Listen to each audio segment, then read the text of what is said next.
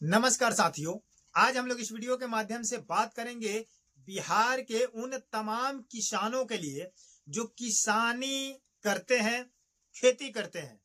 उनके लिए एक बहुत बुरा अपडेट है। बुरा अपडेट ये है कि अब आपको खाद जो है, जो डीएपी यूरिया का आप लोग उपयोग करते थे, ये खाद आपको ऐसे अब नहीं मिलेगा। उनके लिए कुछ नए नियम लागू कर दिए गए हैं।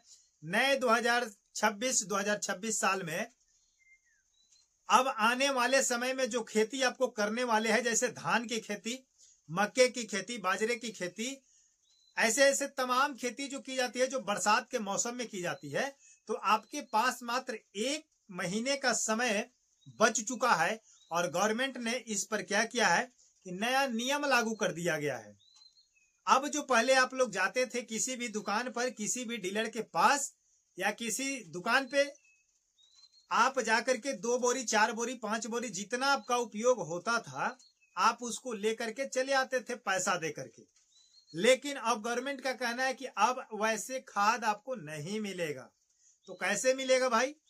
तो शर्त भी लागू वैसा किया गया है जो आप उस शर्त को पूरा नहीं कर सकते हैं। तो उन शर्तों को अगर आप पूरा नहीं करते हैं तो इसका मतलब है कि आप खेती नहीं कर सकते हैं, किसानी नहीं कर सकते हैं। तो जब आप खेती करिएगा नहीं, किसानी करिएगा नहीं, तो आप जीवित कैसे रहिएगा? आपका जीवन कैसे चलेगा? आपके बाल बच्चों की परवरिश कैसे होगी? यह सवाल खड़ा होता है। क्योंकि फिलहाल अभी तक आप लोग जो मान लीजिए कि जो बेरोजगार है, जो पढ़े लिखे नहीं है, जो गांव देहातों में केवल खेती पर निर्भर रहते हैं, खेती करते हैं, 2-4 गैया भैंसिया को पाल रखे हैं, उसी के बदौलत, खेती के बदौलत, कृषि के बदौलत, और कृषि विभाग के अधिकारी, कृषि विभाग के मंत्री अगर इस चीज पर विचार न करे कि हमारा देश कैसे चलता है, अगर कृषि किसानी करना छोड़ दे, तो क्या आपका देश चल सकता है? क्या आपका राज्य चल सकता है? नहीं चल सकता है। क्योंकि जितने भी इंसान है इस धरती पर, वो सब क्या है? इंसान है। कोई तो भगवान नहीं है। बट अगर भगवान के रूप में देखा जाए तो वही किसान है जो गेहूं, मक्का, चावल, दाल, जो भी मसाले जो भी होती हैं उसको उपयोग करके, उसको उपजा करके अपने मेहनत से, और आपके गवर्नमेंट के जरिए वो क्या करते हैं? बेचते हैं। लेकिन यहाँ पर यह भी बातें आ रही है कि वही डीएपी, वही यूरिया, वही पोटास, वही खाद, वही दवा, वही कीटनाशक दवा महंगे महंगे रेट पर किसान क्या करते हैं? उसको खरीद करके लाते हैं और अपने उपज पर छिड़काव करते हैं, डालते हैं। लेकिन जब उनकी फसल तैयार होकर के पक करके कटती है और वही जब मार्केट में बेचने के लिए जाते हैं, तो उनसे कम भाव पर, कम दामों पर उनसे खरीद ली जाती है।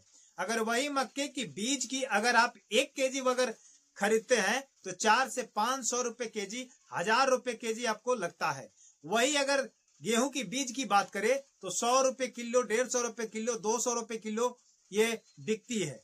बट वही गेहूं जब किसान उपयोग करके आपके बाजारों में बेचता है, तो वही मक्का 10 रुपए, 12 रुपए, 15 रुपए के किलो के रेट से बेची जाती है। यानी कि कुंटल की अगर बात करें तो 1500 से 1700 में बेच दी जाती है।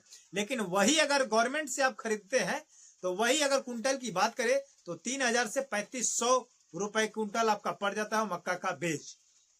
तो कहने का मतलब है कि गवर्नमेंट अपने नियम को लेकर के सख्त निर्देश देती रहती है, लेकिन उन किसानों के बारे में नहीं सोचती है कि वो किसान कैसे जिएंगे। हम उन तमाम किसानों के पक्ष में बात करने जा रहे हैं जो गवर्नमेंट ने आदेश जारी किया है कि अब आपको जो भी पोटास खाद, यूरिया, डीएपी, जाइम, जो भी उर्वरक खाद आप खरीदते हैं, उनके लिए आपको 2 शर्त को पूरा करना होगा, अन्यथा आपको खाद नहीं मिलेगा। पहले जैसा सिलसिला जारी नहीं है कि आप तमाम कहीं से आप जाकर के खाद को खरीद सकते हैं। और वैसा शर्त है जिसको आपको पूरा करने में कठिनाई भी है।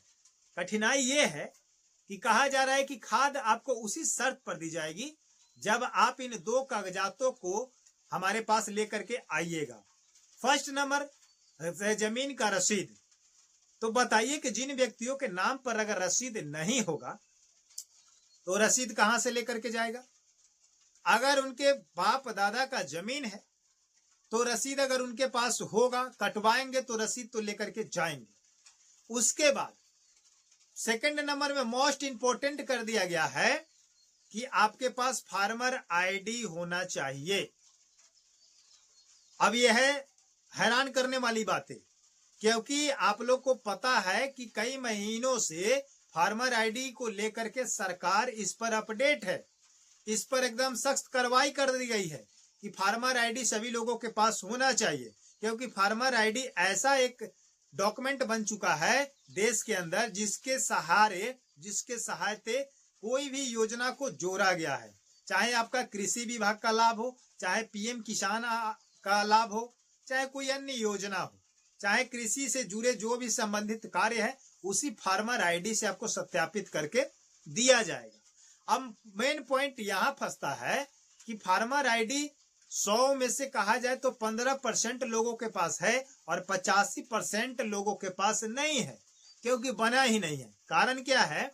कारण ये है कि बहुत सारे लोग जो 85% कैटेगरी में आ रहे हैं, उनका जमीन बाप दादा का संपत्ति है, पैतृक संपत्ति है, और उन लोगों को वो जमीन उन लोगों के नाम पर ट्रांसफर अभी तक नहीं हो पाया है, जैसे है उन लोगों के पूर्वज के नाम पर है, और उसको वो लोग केवल खेती करते हैं, उसको अपने दखल कब्जे में रखे हुए हैं।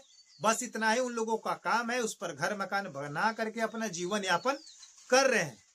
लेकिन जब फार्मर आईडी की बात की जा रही है कि सहयोग शिविर से बनाया जा रहा है या कहीं भी बनाया जा रहा है, तो उसमें शर्त लागू है कि जब तक आपके नाम पर जमीन नहीं होगा तब तक आपका फार्मर आईडी इशू नहीं किया जाएगा, आपको नहीं बनाया जाएगा।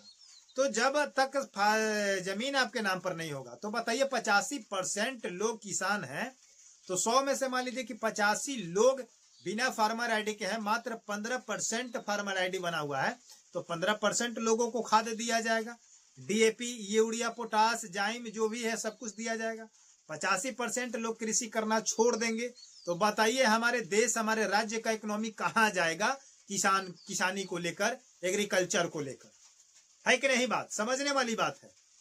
अब बताइए कि जब फार्मर आईडी बनवाने के लिए आप सभी लोगों को फोर्स डालते हैं, शिविर लगवाते हैं, तो आप इस चीज की कमी को, मेन जड़ को क्यों नहीं पकड़ते हैं? मैं बिहार सरकार के कृषि विभाग मंत्रालय से बात करना चाहता हूं कि सबसे पहले आप जिन व्यक्तियों का जमीन उनके पूर्वज के नाम पर है, तो वैसे जमीन वाले व्यक्ति को क्या कीजिए कि सबसे पहले उनसे कहिए कि आप अपना बंटवारा दायर करें, शेड्यूल बना करके बंटवारा नामा फॉर्म भरे और अपने अपने नामों पर उस जमीन को ट्रांसफर करवाए।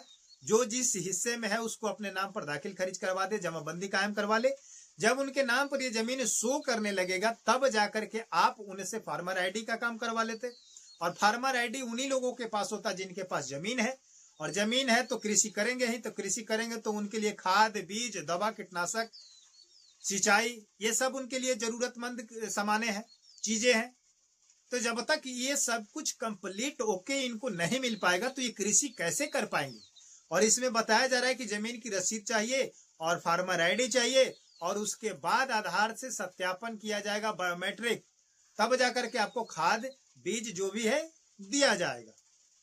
तो पहल तो आपकी अच्छी है कि जो इसमें धांधली करते हैं, दलाली करते हैं, फर्जीवाड़े तरीके से किसी चीज को खरीद करके इसको रख करके गोदाम में इसको 2 नंबर 2 तरीके से बेचा जाता है, दलाली की जाती है।